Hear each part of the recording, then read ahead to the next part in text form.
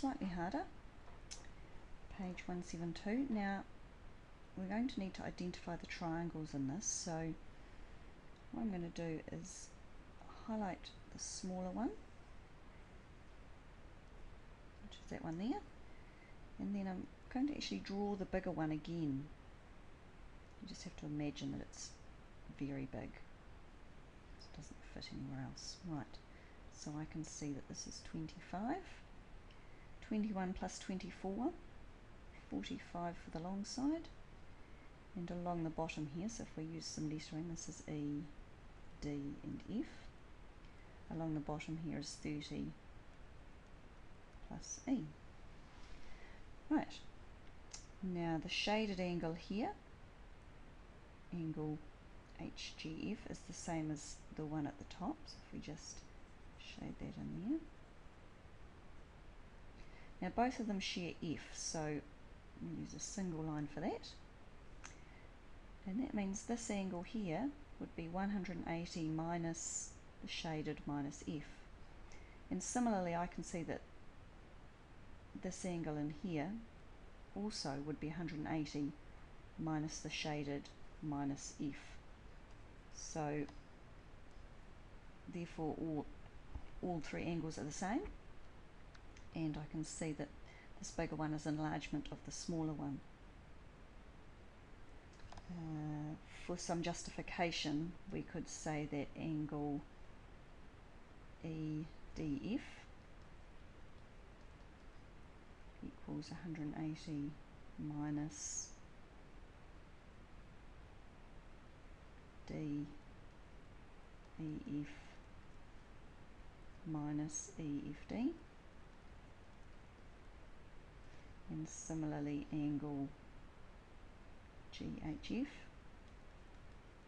is also going to equal 180 minus DEF corresponds to HGF minus HFG, and because DEF equals HGF and EFD equals HFG, the triangles are similar. All three angles are the same. Right, now we need to find how many times bigger the big one is from the small one, so we need a corresponding side. Between the double and the single, no, that doesn't work. So on the small one we have the shaded and the double, on the big one, sorry, we have the shaded and the double. On the small one, the shaded and the double we don't have. What about between the shaded and the single? Shaded and the single, yes, we've got that on both triangles. So if we once again do the big number, that's that one there, between the shaded and the single, and here between the shaded and the single is 30. So I can see that the bigger one is 1.5 times bigger. Right, so looking for F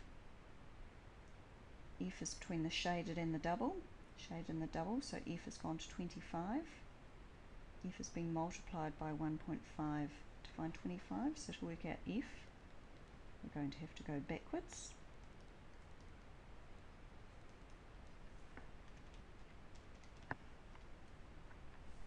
.7 millimetres, and that's rounded to 1 dp. We haven't got a lot of room in here, hopefully it's enough. Right, so the last side between the double and the single, the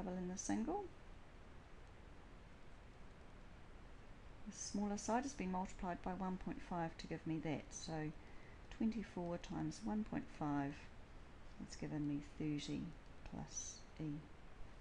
So if we work out 24 times 1.5, which is 36, 30 plus E, hopefully you can see that E must therefore equal 6. Right, trying the next one, you might try it on your own first. We've got a shaded angle each. I can see that both triangles are sharing G, which means this angle in here is 180 minus those two, And similarly in the big triangle as well, 180 minus the single minus the shaded will give me the double angle. So similar triangles. Let's try highlighting the smaller one. Alright, and there I'll try and draw the bigger one. Obviously it's not going to look bigger, you just have to use your imagination and imagine that that's the bigger one, G, H, J. Right, so G to H I can see would be 25. G down to J will be 10 plus H. And H to J is 20. Single, double, oops, shaded. And the double is in this corner. Right, now we need to find the corresponding pair of sides.